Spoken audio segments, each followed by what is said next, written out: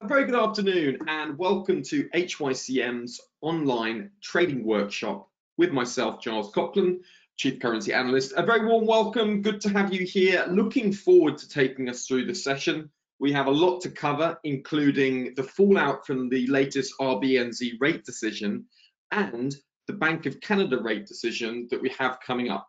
So before we get going, just remind ourselves that as we talk about different entries, exits, different instruments to trade, none of this is trading advice. The very simple reason that this webinar, this workshop is only here for this period of time, and I'm not here to update folks with what's happening with market moves. But the idea is that over time, as you see me make trading decisions, that they help you develop and grow your own trading decisions. So that's the whole purpose of this workshop. It's not a signal trading service as such. So the special focus that we'll be having today is how to trade the Bank of Canada rate decision. It's due in 1.5 hours. So I'll be running through what we're expecting and, more importantly, how to trade the decision if we get an unexpected influence and an unexpected result. One of the key principles to have in your mind about trading is you're looking to back a strong currency against a weak currency. Whenever we're trading, we want to back strength against weakness, just like we'd expect the strong arm to overpower the comparatively weaker arm. In exactly the same way, we expect a strong currency to move in one direction much more convincingly than a weak currency. So we're always trying to pair a weak currency and a strong currency together. And today is a perfect example to illustrate that and to show you how that is done in real time. So without further ado, I'm going to go over to the main charts and we'll have a look at the latest decision from the Reserve Bank of New Zealand. Now, overnight, the Reserve Bank of New Zealand, they met and there was a shift. Remember, one of the key things in trading is we're looking for surprises, because when we see a surprise, that means that markets have to reprice in a currency to allow for that surprise. So let's take an example. This is the Reserve Bank of New Zealand's latest monetary policy report. And in the policy report, they've kept interest rates the same, but this was the shift. They are halting additional asset purchases under the large-scale asset purchase program by the 23rd of July in 2021. So in just 9 days, the Reserve Bank of New Zealand is halting asset purchases. So what are asset purchases?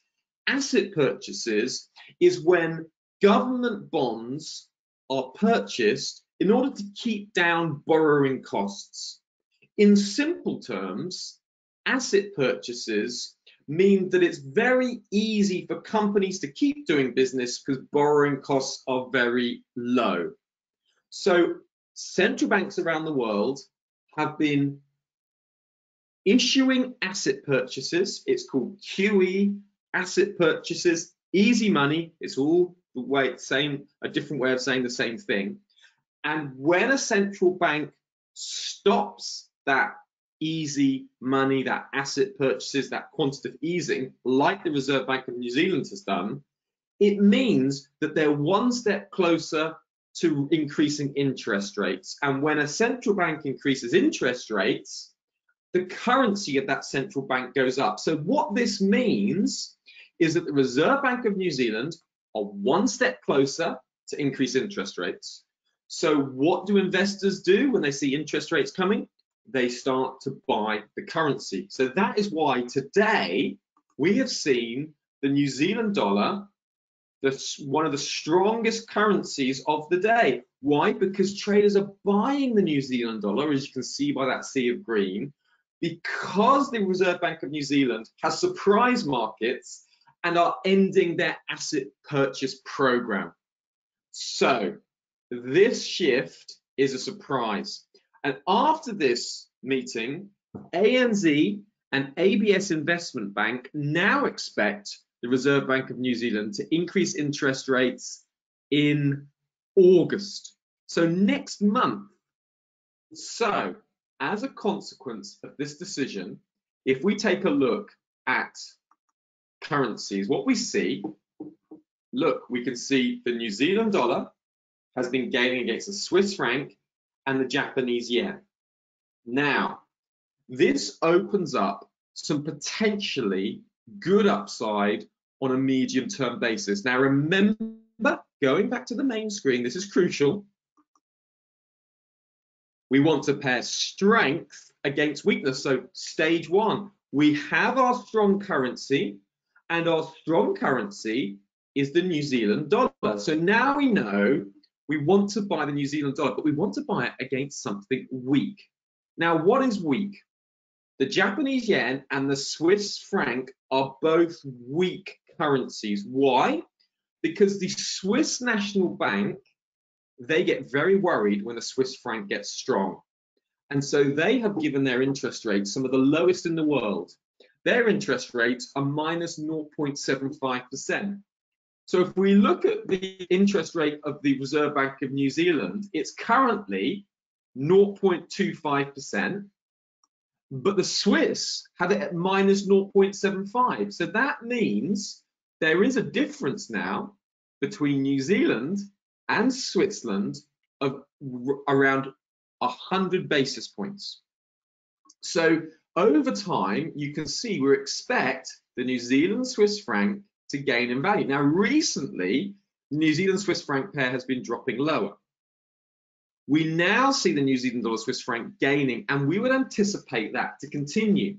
So here is a trade that I have taken personally, and I've gone long from this decision on the New Zealand dollar Swiss franc pair, and I'm happy to run my stops just below that 0.6315, and I'm looking for a move back up towards that 0.6700 level. Why? Because I now expect interest rates to rise out of New Zealand, and when interest rates are expected to rise, you see the New Zealand dollar gain in value. Okay, so that is what I am expecting heading into the next few weeks. Okay, now here's something else to point out to you. All trades have risks, and there is a risk to this trade, and I'll point it out to you by using this example. If you look, if you look here, I'll get the right screen, there we go. If you look here, what you can see on the right-hand side is a very important category of trading, risk on and risk off. Now, when a market is risk on, this is the characteristic. You expect equities to rise, safe haven currencies to fall, that's the yen and the Swiss franc, high beta currencies to rise, Aussie, New Zealand dollar CAD, they're the high beta currencies, commodity currencies to rise, New Zealand dollar, Canadian dollar, Australian dollar, and government bonds to fall. Okay, that's what you expect in a risk-on environment. Now, the risk with going along against the Swiss franc and the Japanese yen is that it's a risk currency. It's a safe haven currency. So if risk turns off, then all of a sudden we could see the safe haven strengthen. And that's what happened at the end of last week. We saw the safe haven strengthens, and you see this one candle here on the 8th of July? That was when there was risk off trading, and we saw the Swiss franc gain in value. So that is the risk to the trade. Now, conservative traders, they could look to enter New Zealand dollar Swiss franc long on a break of this trend line. So if you're more conservative, it's possible to enter on a break of this trend line, and as long as price stays above the trend line, stay with it. If price drips below the trend line, exit. But that's one option. Another option is going long New Zealand dollar Japanese yen, exactly the same principle, and stops just running below that 75.87 region. Another option that's worth considering is potentially the New Zealand dollar Canadian dollar pair. Now I'll show you this. Now, the New Zealand dollar Canadian dollar pair was a pair I've been long recently, and I just took profit up into these levels. This is one that's potentially worth reconsidering. Now, we know we have the Bank of Canada that's about to meet. So if we look at this pair, we see we have New Zealand dollar strength. If we suddenly get reasons for Canadian dollar weakness, expect this to really rip higher, okay? And expect this pair to move up and look to test into that 0.8820 region. So if we get a very bearish Bank of Canada, look for a move here. So that shift that we've seen out of the Reserve Bank of New Zealand means that we're expecting now medium-term New Zealand dollar strength. So look to pair the New Zealand dollar with a weak currency. That's the first point. Now let's go to our special topic and look at how to trade the Bank of Canada interest rate decision. Now, don't forget, looking at my blog, you can always go along to my blog, pick up live analysis, daily forecasts, and what I tend to do is I tend to cover all the major central bank decisions, and you can see here that I put what to expect from the Bank of Canada on Wednesday. So if you're not following my blog, go along and follow it, and it will help you stay in the loop, and I will keep you up to date with that. Ibrahim, I will explain to you the Australian dollar New Zealand dollar pair as well, and I'll explain to you what the risks are with that and why I'm not looking at the Aus and New Zealand dollar sell at the moment. But I'll do it after this Bank of Canada rate decision. I won't forget. Okay, so this is what to look for with Bank of Canada on Wednesday. So in about 80 minutes, we've got the decision. Now, the last jobs number out of Canada was fantastic. Jobs came in 230,000, way above expectations. Unemployment was 7.9%. The only downside, the majority of jobs were part-time that were added, and full-time jobs actually dropped. But this is the good news, the participation rate rose. So that shows you that more of the Canadian labour force is in the labour market. Good news. Also, look at Canada. The share of people vaccinated in Canada is over 50% now since I did this. So that means that over 40% rather. So that means that Canada is very close to the UK. We are opening up now in the UK in 5 days' time, because the amount of people that's fully vaccinated, the government considers that to be sufficient to really allow the opening of the UK economy. So Canada is not too far behind. Also, business confidence is surging in Canada. So all of this means that Canada are on track to taper again today. So remember how I explained, when you taper asset purchases, you're one step closer to raising interest rates. So that means the currency appreciates. Here we have exactly the same. They're tapering, and they're tapering, expected to taper by $1 billion per week. Now, if they taper by more than that, the Canadian dollar is going to gain. So this is how you can trade it. So we're looking for tapering of more than 1 billion per week. So if they taper 2 billion per week, or they follow the RBNZ and completely end their asset purchase program, expect the Canadian dollar to soar higher, okay? And this is how I'll explain how I'm trading it. So I was looking here at the CAD yen. Now I have gone, one moment, to pick up my pen. I'm expecting the I've been expecting the Canadian dollar to potentially move higher into this interest rate decision. So it's a little bit of advanced technique, but I've been buying the Canadian dollar looking for a move higher into it. Now, at this stage, you don't need to enter this trade. This is not a trade to enter now, okay? And this is how it can be played. So if you look at the CAD yen, if the Bank of Canada decide to taper bond purchases by more than 1 billion Canadian dollars per week, expect the CAD to rise sharply. Then I would expect buyers at market stops can be placed above 87.04 and look for a move higher up to that 90.71 region, that 90.80 region. That's exactly where you want to look. Okay, that's the Canadian dollar, Japanese yen pair. Now, hang on. Let's just take that. Yes, okay. So that's what we do if they're hawkish. I'll give you a technical little tip, and this is a very good little tip that you can use. This is the US dollar CAD pair. Now, if the Bank of Canada, if they surprise markets and raise interest rates, which is possible, then the CAD will gain value very quickly. And against the US dollar CAD, you could expect the US dollar CAD pair to fall 100 points or more in a few minutes if the Bank of Canada raise interest rates. So one technique that can be very useful, but this only works in the following way. You need to use a sell on stop, and you have the stop about 30 points below price, maybe 1 or 2 minutes before the release. So what you would do, you would have, say the release was due in 2 minutes time, you would just have a sell on stop at 1.2430.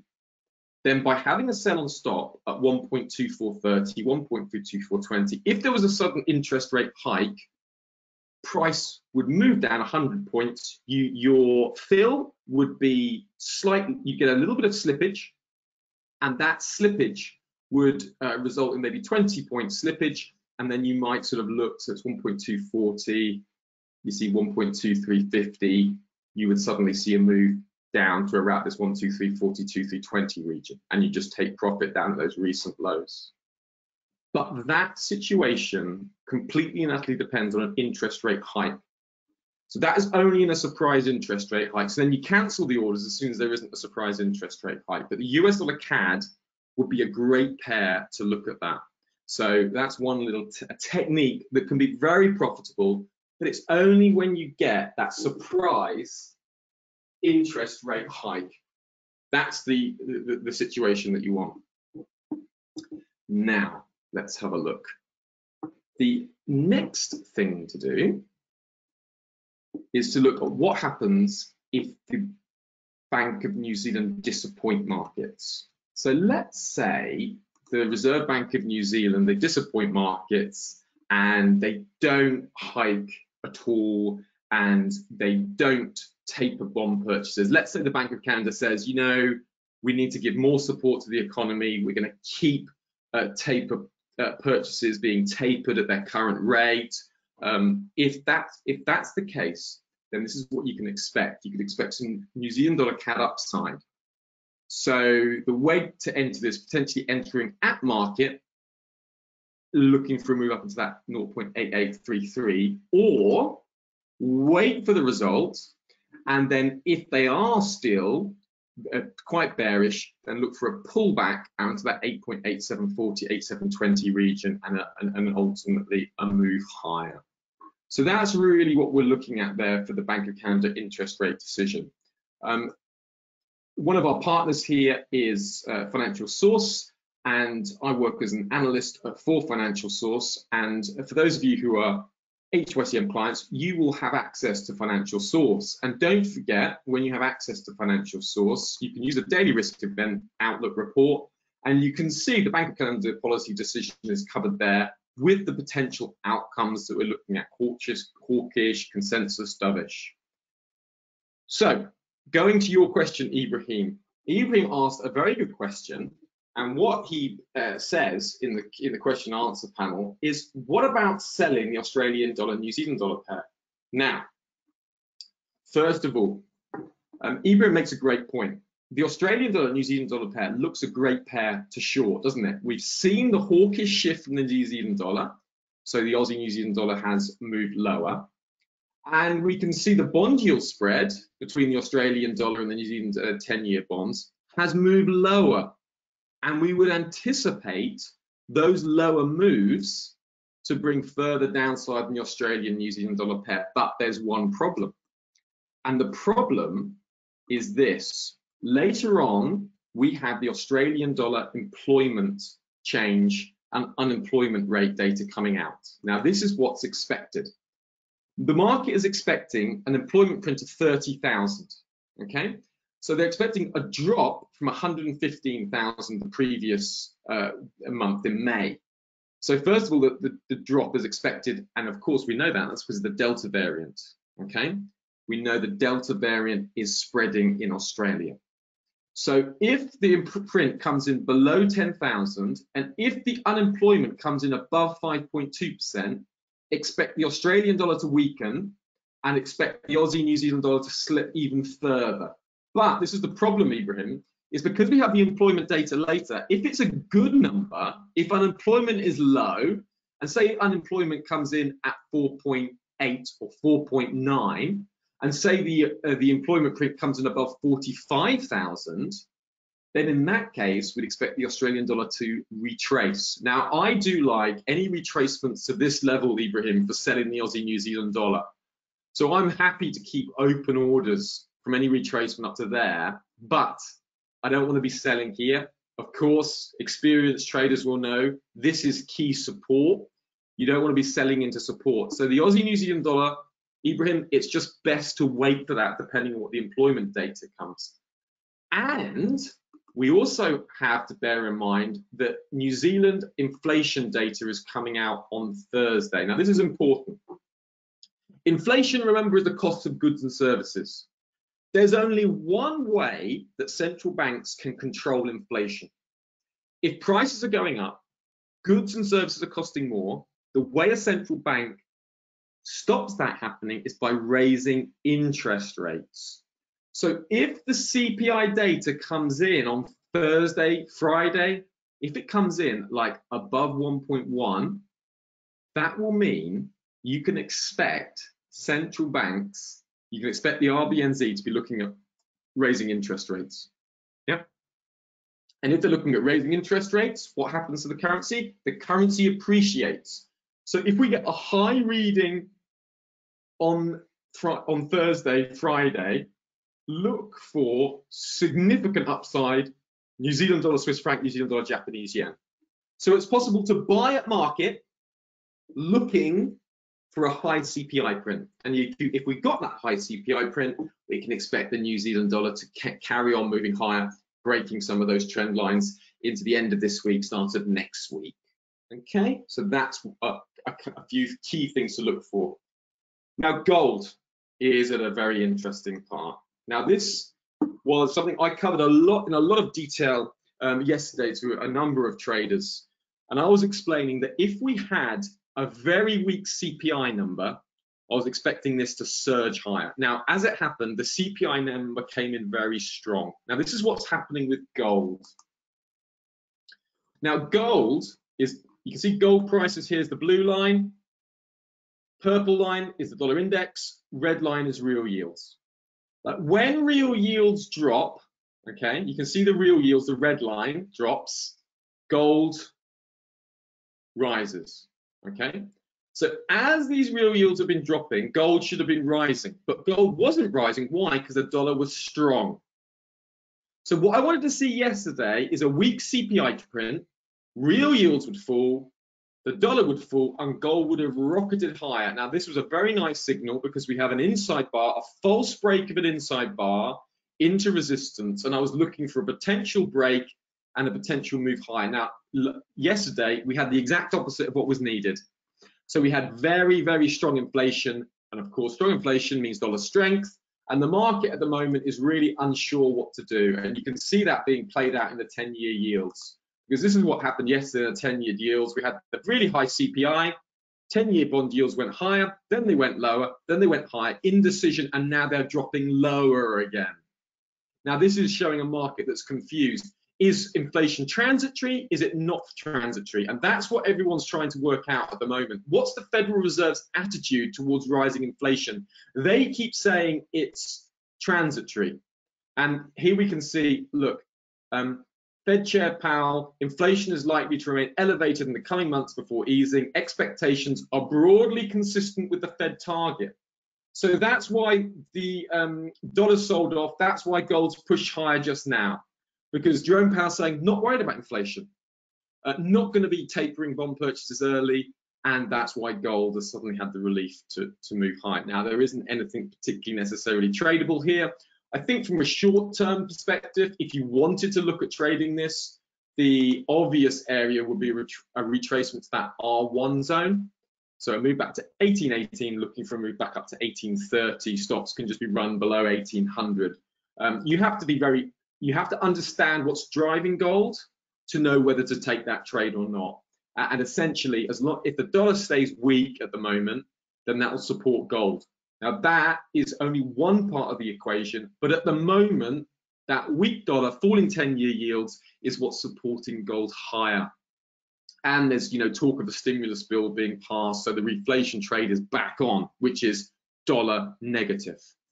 So that's what's going on with gold. With oil, we've just had news that there's been a tentative agreement between UAE and Saudi Arabia. We saw gold drop, oil fall, and now it's rising again. Medium term, the drivers are for more demand for oil, less supply. All of that points to more upside in oil. I don't want to get involved with oil at these high prices. For me, any retracement down to that 68 would be a lovely region to go long in oil, but I'm not interested in chasing up at these highs. Similarly with the equity markets, because the equity markets here, they're right up at all-time highs. Now, the VIX is down at lows. Now, these all-time highs, we also have earnings seasons going on, so it means that the market will be sensitive to any bad news. If there's any bad news, equity markets could easily fall. Medium term, it's still upside bias, but remember, we really are seeing elevated prices, so we have to be nimble, we have to be careful, manage risk very acutely, use things like these key trend lines. So what you don't want to do is end up buying in at these highs and having stops, 300 or 400 points lower, okay? So use these key trend lines to define and limit risk. So if price pulls back to 14,800, fine, go long, keep your stop nimble, 14,700, something like that.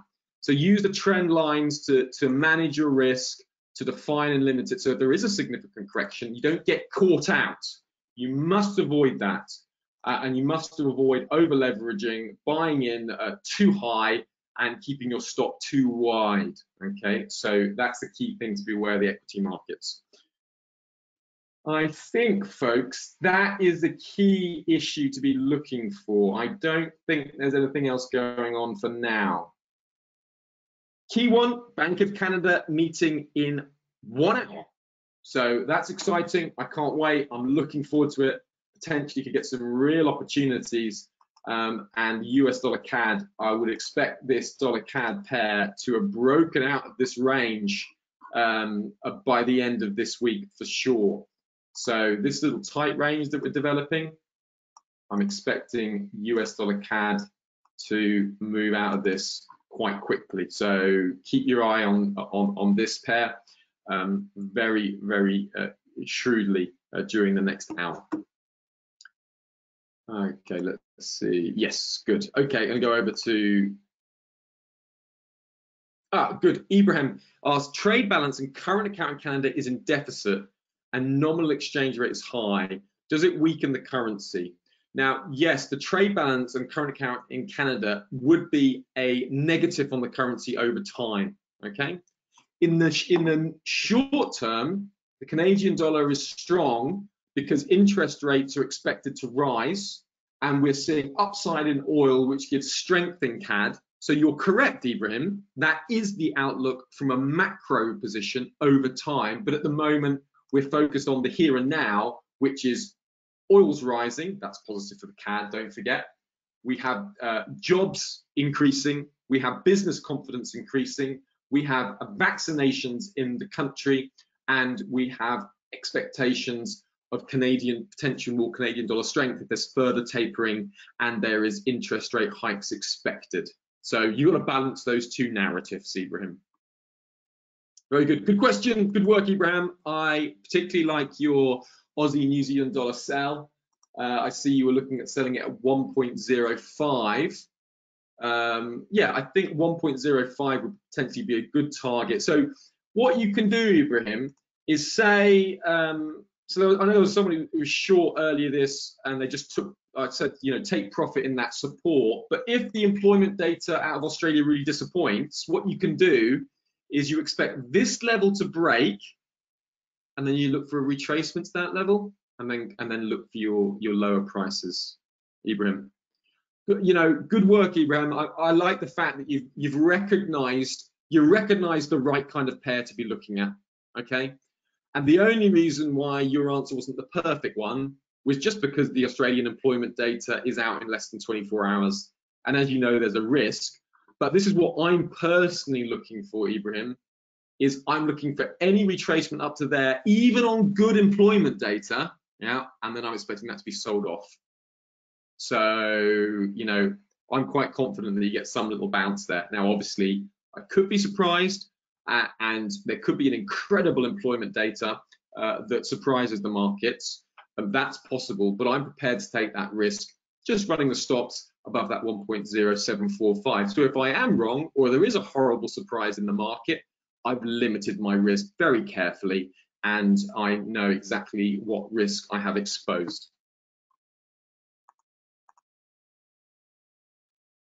Yes, Ibrahim, right, you've got it. The best opportunity is wait for the unemployment rate. And there's also a potential another opportunity with the CPI rate on the New Zealand dollar, okay, on the Thursday night. So they're the two best opportunities that we can see. Yeah, good, Ibrahim, excellent. Very good work. Okay, folks, that is the most important thing. We've got an hour to cover for the Bank of Canada. Don't miss that decision. Don't forget that little trick I showed you. If there is a surprise interest rate hike, it's a US dollar CAD sell on stop. That would be an excellent trade, but remember to take profit very, very quickly if that does pull you in.